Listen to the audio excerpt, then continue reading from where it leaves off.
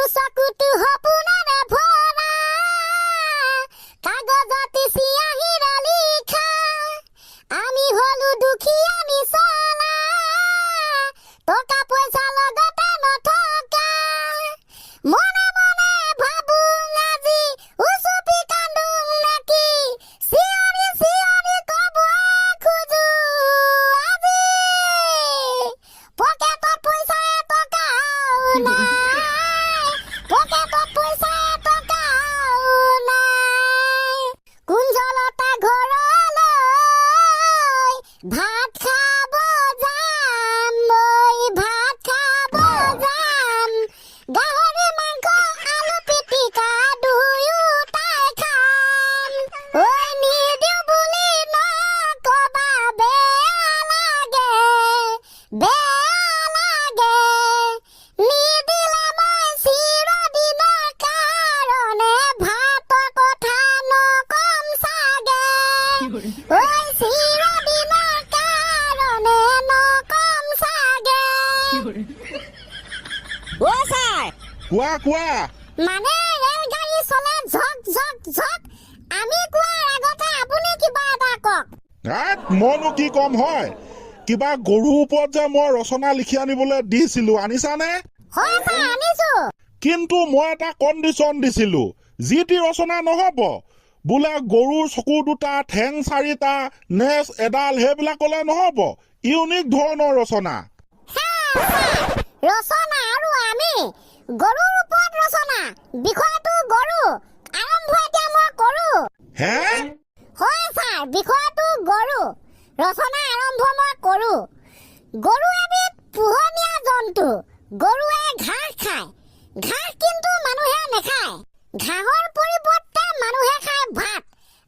খাই ডাঙৰ দীঘল হোৱা এই পৃথিৱীত মানুহৰ নাম বেলেগ বেলেগ ধৰণৰ আছে এই ধৰক যধু মধু ৰঘু হৰি মূলেশ্বৰী ফুলেশ্বৰী ইত্যাদি ফুলেশ্বৰী বাইদেউৰ আকৌ 3জনী জীয়েক তাৰে ডাঙৰজনী জীয়েকৰ দুদিনমানৰ আগতে দিছিল বিয়া ৰবা বিষয়টো আছিল গৰু ৰচনা পালেগে আকৌ ফুলেশ্বৰী দেৱী জীয়েকৰ বিয়াৰ কথা মানে এখন ৰচনাৰ গতিবিধি কলে গৈ আছে সেইটো মই একো ধৰিবই পৰা নাই ছাৰ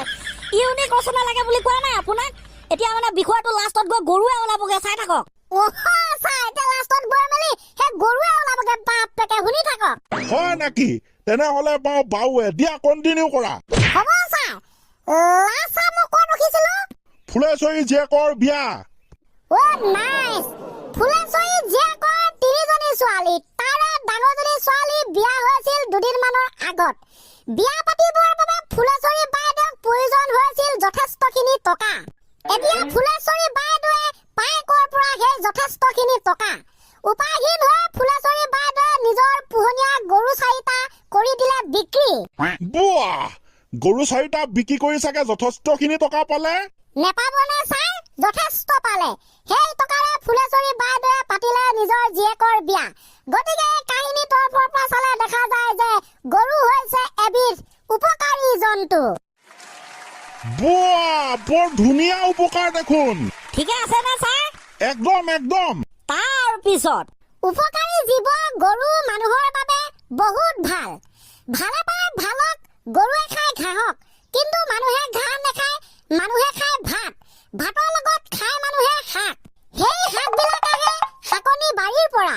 অন্য মানুহৰ দৰে ৰামো এদিন কৰিছিল শাকৰ খেতি উপচাই পেলাইছিল নিজৰ বাৰীখন শাক কিন্তু এদিন ৰাতি ৰামৰ শাকনি বাৰীত সোমালে গৰু জাক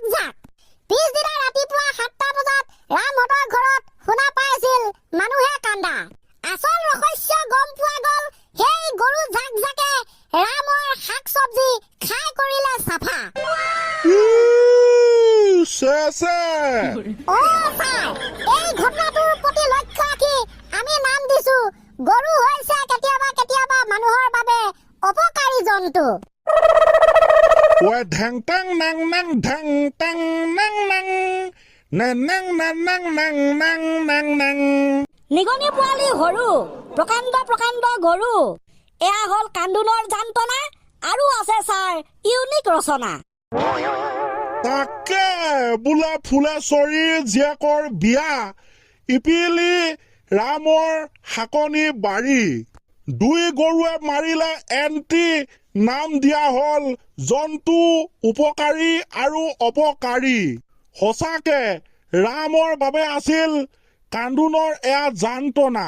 এতিয়া নেক্সট হয় বা আকৌ কেনেকুৱা ইউনিক ৰচনা গৰুৱা আছে বাৰু বিষয়টো চাওঁ শুনোৱা এই ৰচনাখন চাই অলপ বেলেগ ধৰণৰ এইখন শুনোৱা ৰচনা নহয় এইখন চাবলগীয়া ৰচনা মানে আমি মানে এইটো শুনিব নালাগে আমি মানে ডাইৰেক্ট চালে হৈ যাব অ' ছাৰ এইখন ৰচনা হৈছে 3D এনিমেশ্যনত বনোৱা ৰচনা কমটি খাটাৰ ৰচনা হ'বনে এখন অ' মাই গড ৰচনা গৈ এতিয়া 3D এনিমেশ্যনত পালেগে আমি কিন্তু ইফালে ইয়াতে ৰৈ আছো আচৰিত টেকনলজি আজিকালি কি চাবা হয় নাই চাওচোন কেনেকুৱা হ'ব ভাল হ'লে বাৰু ভাল একদম চাং অ'কে ছাৰ ৰচনা গৰু ছাৰে লিখিব দিছিল এখন গৰুৰ ওপৰত ৰচনা এয়া আপোনালোকে দেখিছে এটা গৰু তাৰ ওপৰত লিখি দিয়া হৈছে ৰচনা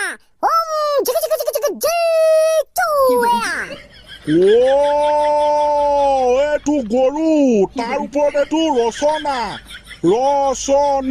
গৰু ৰচনা 3D ৰচনা মানে এখন অ' ছাৰ এতিয়া আপোনালোকে দেখিছে গৰুৰ ওপৰত লিখা ৰচনা এইটো গোটেই বস্তুটোৱে গৰু ৰচনা এতিয়া আৰু এখন ছবি দেখা পাব এয়া দেখিছে ইফালে গৰু ইফালে আছে পইচা এই 3D এনিমেশ্যনটোৱে কি বুজাইছে জানে কি বুজাইছে এই ছাৰ 3D এনিমেশ্যনটোৱে এটা কথাই বুজাইছে আছে গৰু নেবাই হাল থকাতকৈ নথকাই ভাল আচ্ছা তাৰমানে ছবিটোত ইমান ফুটি উঠা নাই দেখোন কেনে ফুটি উঠা নাই ছাৰ সেইটো গৰু তাৰপিছত পইচা আছে ইফালে তাৰমানে আছে গৰু নেবাই হাল থকাতকৈ নথকাই ভাল গৰুকেইটা আছে মালিকে হাল বোৱা নাই থকাতকৈ নথকাই ভাল যে সেইকাৰণে মালিকে বেচি দিলে সেইখিনি পইচা ঢেৰ পালে তাৰমানে খাটাৰাকে বুজাইছে দেখোন 3Dটোৱে তাকে ছাৰ বস্তু খাটাৰা সাংঘাতিক বেলেগ ধৰণৰ 3D এইবিলাক ৰচনা মই কিন্তু লাইফত এনেকুৱা 3D ৰচনা শুনা পোৱা নাই দেই দেখিও পোৱা নাই আজি ফাৰ্ষ্ট দেখিলো বৰ বেলেগ লাগিলে লাগিবতো ছাৰ বেলেগ এই 3D ৰচনা বনাইছে কোনে আমি না তাকে একদম বঢ়িয়া হৈছে পুৰা ফেণ্টাষ্টিক হৈছে তেতিয়াহ'লে আমি নেক্সটত আৰু খাটাৰা 3D এনেকুৱা ধৰণৰ ৰচনা শুনিবলৈ পাম বুলি মই মানে ভাবিছো আৰু দেই তোমালোকে বনাবা বোলো আপুনি ক'লে নবনাম নে আমি বনাম ছাৰ বনাম মুঠতে আপুনি ক'লে হ'ল আমি একদম পুৰা জিকিচকে দি দিম মানে একদম বঢ়িয়া হৈছে দিয়া ভাল লাগিল তেনে আজি টাইমটো এতিয়া হৈ পৰিছে দিয়া আৰু নেক্সট এখন ৰচনা মানে শুনিবলৈ পোৱাৰ একদম আৰু সেইটোৱে আৰু খতম আজি থেংক ইউ সো মাচ ছাৰ ৱেলকাম আজিলৈ ছুটি বাই